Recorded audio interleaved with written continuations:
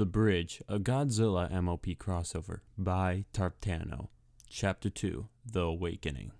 Fluttershy was bedding down for the afternoon after a long day of looking after a troublesome bear cub. The poor thing had gotten itself stuck in a honey tree after eating too much honey. The whole ordeal had taken her hours to try and safely squeeze it back out. Sighing away her exhaustion calmly, she gently plopped herself down on her couch. Smiling warmly, Fluttershy reached for her knitting basket she had on her table. Maybe now she could finally relax. Fate, on the other hoof, had no such plans. That's when a massive flash of black and white light ripped through the airspace above her table. Before the Pegasus could react, the flash disappeared, dropping a navy blue pony out of thin air and sending him crashing through her table as it fell. Fluttershy ducked behind the couch in surprise, an explosion of broken wood and splinters sailed over her. After a few minutes, she slowly poked her head out from the cover and looked at her intruder. It was a very large stallion, and judging by the way he was splayed out on his stomach and not moving, clearly out cold. Questions poured in. How in the world did he get in here? What was going on with the white and black flash? Was it an invasion? Recalling Twilight's teleportation spell, Fluttershy ruled out the possibilities and tried to think the poor fool had a magical mishap and accidentally warped into her house. It didn't seem to calm her nerves much, but she walked out from the cover of her couch. Only as she got closer did she realize just how massive this pony was. Even splayed out, she could tell that he had been a full head taller than Big Mac, one of the largest stallions in Ponyville, and definitely an above average sized pony.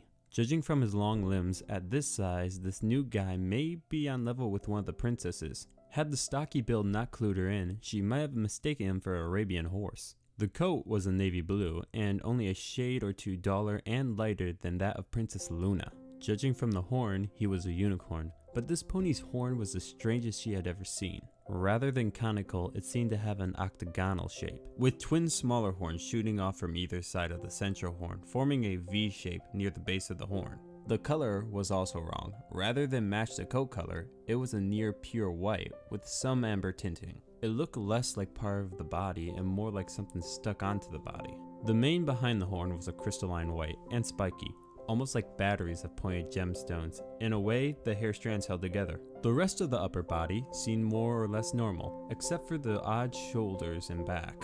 The hair along the spinal cord and shoulder blades was the same color as the mane and stuck to the body in a tight formation, giving a minor glossy look to the mane, comparable to if the mane was wet. The tail was the same color as the mane and with identical appearance and texture, that same glossy crystalline white. A pony having a multicolored body was rare enough, but this was downright strange.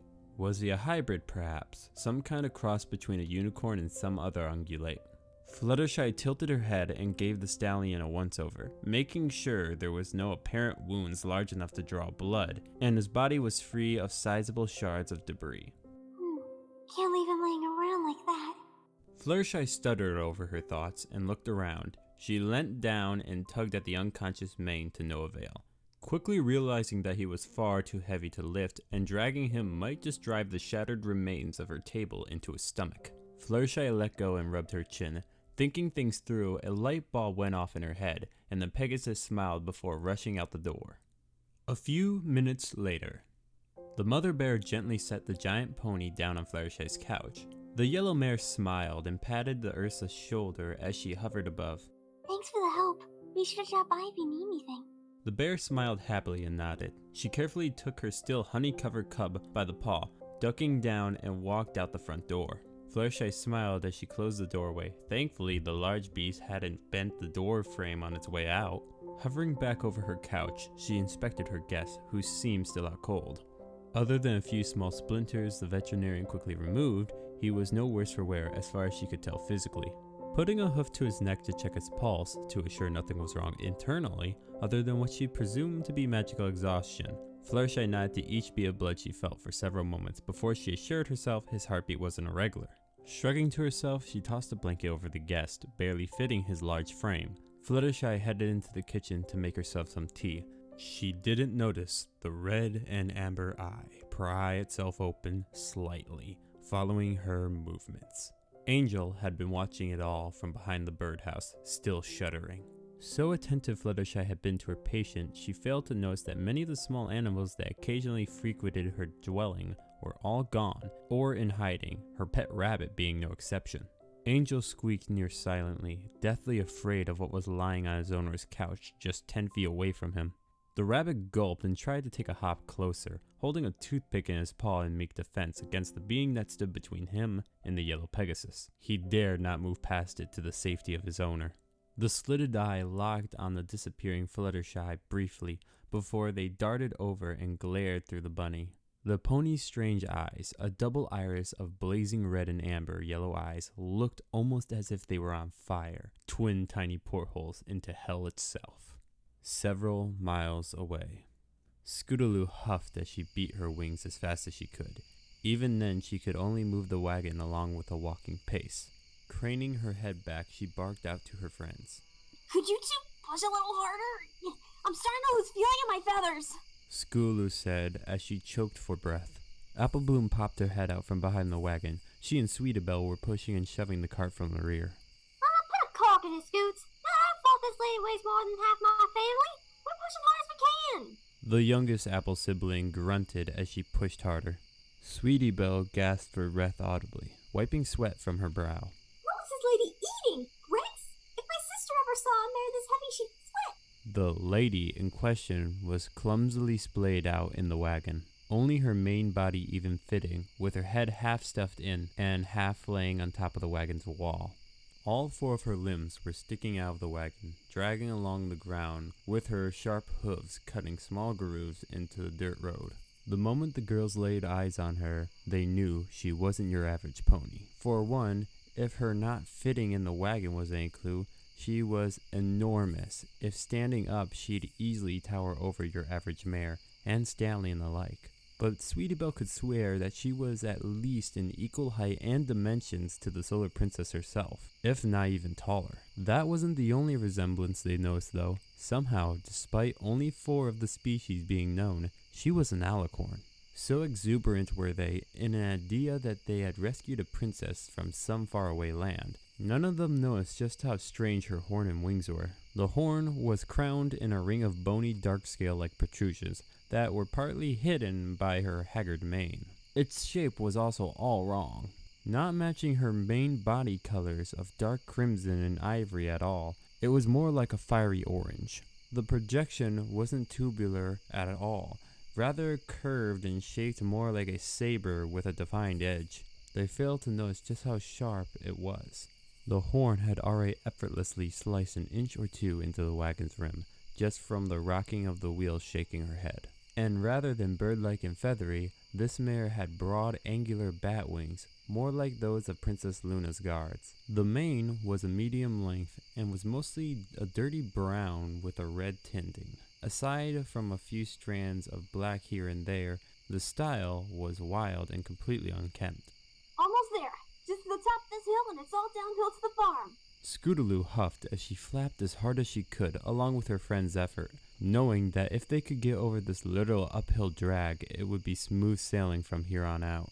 The sun was beginning to go down, and the pressing darkness only motivated them more to get their rescue effort back to the farm as fast as possible. The elementary-age trio put their backs into it, huffing, sweating, pushing, and pulling as hard as their bodies could muster. The front wheels of the wagon just barely broke the peak of the hill, the center of gravity shifting and promising relief. And then a howl sounded off. All 3 of the Cutie Mark Crusaders jumped up and clung to one another, a shuddering wreck. The Lupin howl sounded off again, this time much closer than before, darting their eyes to and fro, praying not to see what they feared was approaching. A factoid dawned on all the fillies' heads. Apple Bloom? When's apple season? Sweetbelle stuttered out as a pair of glowing green eyes peered right at her from a dozen or so meters away in the shrubs. It starts tonight. Apple Bloom croaked as her eyes were wide as saucers, as she locked onto the eyes as well, noticing they were getting bigger as perspective became closer. And that means... Scootaloo gulped with her wings taut with muscle tension, ready to spring into a sprint at any moment, the tightening of a hug showing that her friends' bodies were doing the same. It was the equine response to danger, a long-held tradition, one they were about to enact at any moment. The emerald green eyes were now just 3 meters away. Almost like on cue, the monsters composed of fallen leaves, sticks, twigs, branches, and fallen wood that gave them their name snarled like rabid dogs and pounced, aiming right at the fillies with splinter-covered fangs. The CMC quickly scattered while screaming. As it impacted the ground where they once stood on, the beast crashed into the wagon, dumping its contents all over the ground beside it. All 3 of the fillies darted out in all different directions.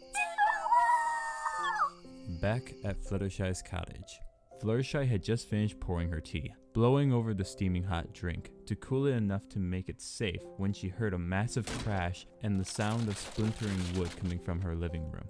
Half worrying that another migrant had somehow had an identical accident and fighting deja vu, Fluttershy rushed to the living room, not caring about spilling hot tea over half her china set and the tablecloth. Nothing could have prepared her to expect what she saw. Twin ivory-tinted crystals sharpened to the points on the tips had ripped through her floor, splintering and snapping the wood like a pair of cavalry-driven spears. That, however, did not curtail most of her attention. The hovering form between them did. The stallion was hovering high above, with his back to her, his horn nearly scraping the ceiling as a faint beams of energy similar to electricity flowed out of the crystal pillars and onto the patches of hardened fur on his shoulders, which, along with his mane, tail, and back ridge glowing with similar light, he shifted in midair, turning and facing her with a vile grin on his face. The eyes of Hellfire were alight with pure energy that Fluttershy could feel radiating out and into the room, chilling the temperature like the icy solace of the high atmosphere. A deep chuckle echoed out. So, this is a new world, the stallion said as he looked down to Fluttershy with a fiery gaze, the energy only growing each second. And its inhabitants, such an odd form. I wonder if it is susceptible to harm as the humans. A crackling mass of energy formed in the stallion's closed jaws, raw crimson energy seeping out from between every tooth. Fluttershy took a step back, wide-eyed at the sight before her. She knew full well this being, pony or not, meant her harm, and if meant one showed it compassion, harm so easily. There was no doubt it would do the same to almost any other who crossed his path. Anyone who crossed his path who he thought was weaker than him, anyone like the town's residents, her animal charges, her friends. Fluttershy shut her eyes, the thought going through her head being nearly unbearable. He'd hurt them all, just because he could, just like any other bully or criminal. That word floating into her head, bully, thug, one stronger who preys on those weaker. Not because of some need, but because they could. Just like that cockatrice, dragon, even angel on a bad day. Fluttershy's eyes flew open in a determined, unblinking glare, right into and through the stallion's orbits, and the effect was instant. While he was still convinced that he could have obliterated her with just one blast of the corona ray, that stare stopped him. He was taken aback at first, his will to attack killing itself off as quickly as the charge of his ray dissipated. Reaction rapidly evolved from unknowing horror to surprise, and though it was all thoroughly impressed and eager to reconsider, he had no clue what the hell this creature just did, but he did not want to be on the receiving end again. The crystals ceased their charging, and he hovered down to the ground gently, setting himself down right in front of the mare with a stern look, and to try and hide his exasperation and fear of what had just hit him. At that instant, Fluttershy herself canceled her signature ability, looking up with a stern but much more relaxed expression. The stallion's mind was absolutely livid. He knew this was a whole new realm than his own, but he had no idea of its inhabitants. Some may call him a conqueror, but he was by no means a moron. This individual had just displayed something he found both entirely alien and yet so entertaining in nature. Were all of this world's denizens so strange? And if so, how many had gifts that made them combat capable? Enough to be a threat, perhaps? There were two ways of figuring it all out. One was something a destruction-crazed brute like Adora would have chosen, and another was one more to his intellectual tastes. 1. Going at it solo and finding out this world's dangers bit by bit over time. risking retribution in his weakened state. 2. Keeping calm, cease attacks, and letting the denizens of this world do the informing, then act accordingly. He bowed his head. He decided that the latter would do the best, especially in sight of possible retributions. Recalling his position, he awakened and feeding into column B's setting. Zanilla drew up a plan. Opening his eyes, he spoke out in an echoing voice. Are you the one who sent me on that betting and tended to me? Fluttershy kept firm and slowly nodded. The stallion, that was easily twice her height, lowered down, picking up her hoof and kissing it. Zanilla, at your service. On the outskirts of the apple farm, Skooloo pumped her wings as she dove about in random circles as fast as she could on her scooter, trying to keep the Timberwolf's attention as long as she was capable. Judging from the loud snap and near miss of her tail between a pair of wind jaws, she was doing the distraction part well enough. Apple Bloom was making a mad dash for the farm through the apple orchard, sprinting as fast as her short limbs could carry her. Still, she kept consistently looking back to her friends before remembering to look where she was going, and nearly missing a face-first impact into an apple tree. Sweetie Belle was going to be running alongside her to get Big Mac and Applejack, but another idea had dawned into her head. Circling around the snapping beast, she darted over to the downed princess, skidding to a halt. Frantic with fright, she put her hooves on the mare's face and shook as much as she could. Given the dark-colored pony's huge size, she only manages to rattle her head some. Alicorns always seem to have great power, more than enough to deal with a Timberwolf. Wake up! Come on! Wake up, miss! We need your help! No response came. Sweetie Belle, on the edge of tears, backed up and rammed into the Crimson Pony's chest, body checking it in a relatively meek manner to rouse her to consciousness. Not even a twitch came in response. Scootaloo having her own trouble that got miles worse. The Timberwolf swiped at her scooter with a paw, managing to catch and tear out the back wheel with its sharpened bark. Scootaloo's scooter was torn completely off track, the remaining wheel spinning out of control as the metal bracket that held its counterpart dug into the dirt. Still speeding, Skooloo called out as she came barreling towards her unicorn friend. She wasn't able to change her direction, only able to scream out. Whoa! Look out, sweetie! Scootaloo jumped off her ride as Sweetie Belle dove to the side, the two colliding on the ground in a heap as the transportation crashed into the unmoving mare's face. Without warning, a baseball bat size of purple light shot over the duo and smashed into the Timberwolf's head. A small, bright, swirling mass of energy dissolved away half of the beast's face with an unknown element to Equestria. Micro-oxygen. The monster, still alive, fell back with a painful yelp as it kicked up a dust cloud on impact. A shadow loomed over and walked over to the youngsters as they slowly looked up, still panting from surprise. Destroya hissed at the downed creature. She cared nothing at all for the lives she had accidentally spared. She was only attacking the biggest threat in the area. Snacks could come later. The dog-like bark and snarls rang out as two more Timberwolves emerged out from the forest to aid their wounded packmate. Glaring at the strange mare, Destroya couldn't be happier. Indeed, snack time wouldn't be now. Now. The former demonic crustacean charged up her magicless horn, readying the cutting edge. Now comes the fun part.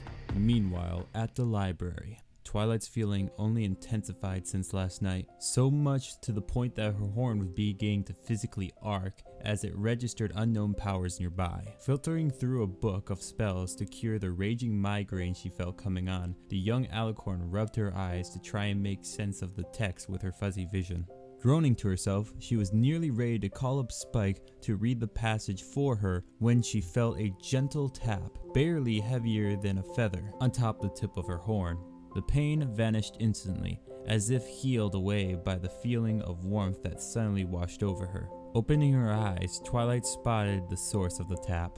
A tiny, fuzzy little moth was perched on the tip of her horn, twitching its antennae about. Not even caring the damage its kind caused to books, Twilight smiled at the little creature, puzzled at how her pain had alleviated so fast, and even more curious on how the insect had caused it. A pressure point, perhaps? Pure luck of it landing at the same time the pain relented? The questions were given a higher magnitude when the moth vanished, as if made of dust and blew away under a small draft. Twilight's eyes popped out as she looked around the place her horn had been, hoping that the headache hadn't just been playing tricks on her head. She stopped as soon as a flash of light with a silent source burst out from behind her. A calm female voice spoke out. I am sorry you were in such pain. Are you well now? Twilight turned around and her jaw nearly dropped at the sight of rainbow-colored wings.